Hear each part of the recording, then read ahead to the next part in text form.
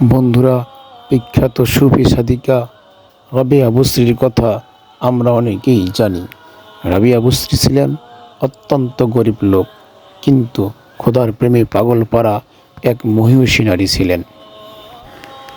এক রাতে রাবিয়া বসরি নামাজে মগ্ন ছিলেন। এমন সময় তার ঘরে এক চোর ঢুকে পড়ে। চোরে ঘরে সম্পদ খুঁজতে শুরু করে। চোর যখন ঘরে কোনো সম্পদই খুঁজে পেল না, এবার চোরে যাওয়ার জন্য মনস্থ করলেন।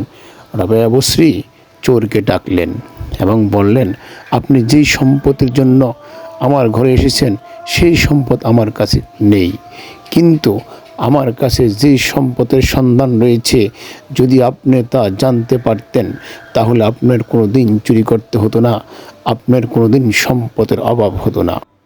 এবার চোর বলল, বলেন দেখি আপনার কাছে এমন কি সম্পদের সন্ধান রয়েছে। রাবিয়া বসরি বললেন, আমার কাছে আছে আল্লাহর প্রেম, খোদার ভালোবাসা, আল্লাহর ভয়। যদি আপনি তা অর্জন করতে পারেন তাহলে আপনার কোনো দিন সম্পদের অভাব হবে না, আপনি ধন্য হয়ে যাবেন, পূর্ণ হয়ে যাবেন। একথা শুনে চোর অনুতপ্ত হইলেন, তওবা করলেন, আল্লাহর কাছে ক্ষমা চাইতে লাগলেন।